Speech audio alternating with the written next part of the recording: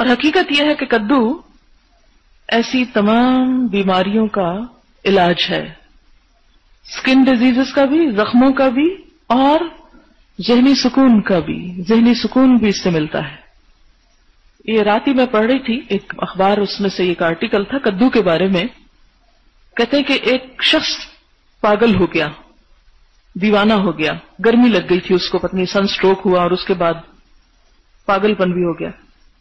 تو اتنی شدت تھی پاگل پن کی کہ جسم میں اتنی قوت کے بغیر کھائے زنجیریں توڑ دیتے.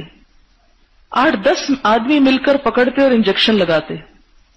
تو حکیم صاحب نے علاج کیا کیا کہ ہرا گھیا یعنی کدو منگوایا، کدو کش کر کے دہی یا چھاچھ میں ملا کے اس کی مالش ہاتھ پاؤں پہ خود کروائی، کدو کا رائتا کھلایا اور کدو روغن میں منگوا کر سر پہ مالش کی، کن پٹیوں پہ.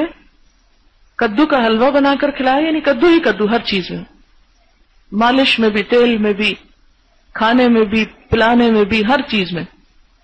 کہتے ہیں کہ انہوں نے کہا تھا 2 ہفتوں میں ٹھیک ہو جائیں گے، لیکن 2 روز بعد ہی جنونی کیفیت میں کمی آ گئی. چہرے کی اندر جو سرخی تھی غصے کی وہ بھی ختم ہو گئی. تیسرے دن ساری رات سوئے اور 2 ہفتے کے بعد بالکل نارمل ہو گئے. تو یہ علاج ہے نہ صرف یہ کہ جسمانی بیماری کا، بلکہ جو جسم میں روح میں اضطراب ہوتا ہے اس کا بھی.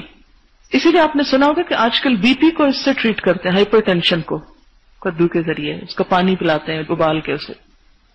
اور اس کے بارے میں احادیث بھی ہیں. نبی صلی اللہ علیہ وسلم کو بھی پسندیدہ تھا.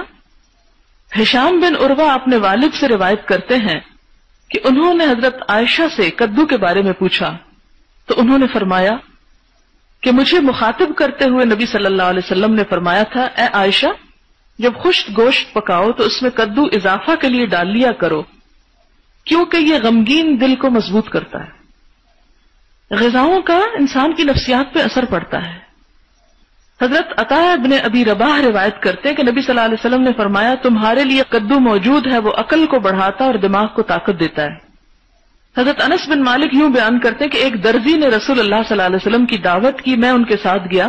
یہ شاید موطا امام مالک میں بھی حدیث. اس نے جو کی روٹی اور سوکھے گوشت کے سالن میں کدو پیش کیا. میں نے دیکھا کہ نبی صلی اللہ علیہ وسلم تھالی کے اطراف سے کدو کے ٹکڑے تلاش کر کے کھا رہے تھے، یعنی چن چن کے. ہم ہوتے تو اپوزٹ کام کرتے. حضرت انس کہتے ہیں اس دن کے بعد مجھے کدو سے محبت ہو گئی. اور اعصابی امراض کا علاج آج بھی حکیم کدو کے ذریعے کرتے ہیں، اور خصوصاً اس کا جو ہے روغن نکال کر. اور بہت ساری بیماریوں کا یہاں لکھا ہوا کہ کس کس بیماری کا علاج ہو سکتا ہے اس کے ذریعے. اب چونکہ حکمت کی کلاس نہیں، اس لیے یہ سب کچھ میں آپ کو بتا نہیں سکتی. صرف ایک بات خواتین کے حوالے سے، خواتین کو یہ پڑھ کر بے حد خوشی ہوگی کہ حمل کے دوران کدو چھیل کر اس کے 4-5 قطلے مصری یا چینی چھڑک کر روز کھائیں تو بچہ خوبصورت پیدا ہوتا ہے. اور اس کے علاوہ بہت ساری اور باتیں. بہرحال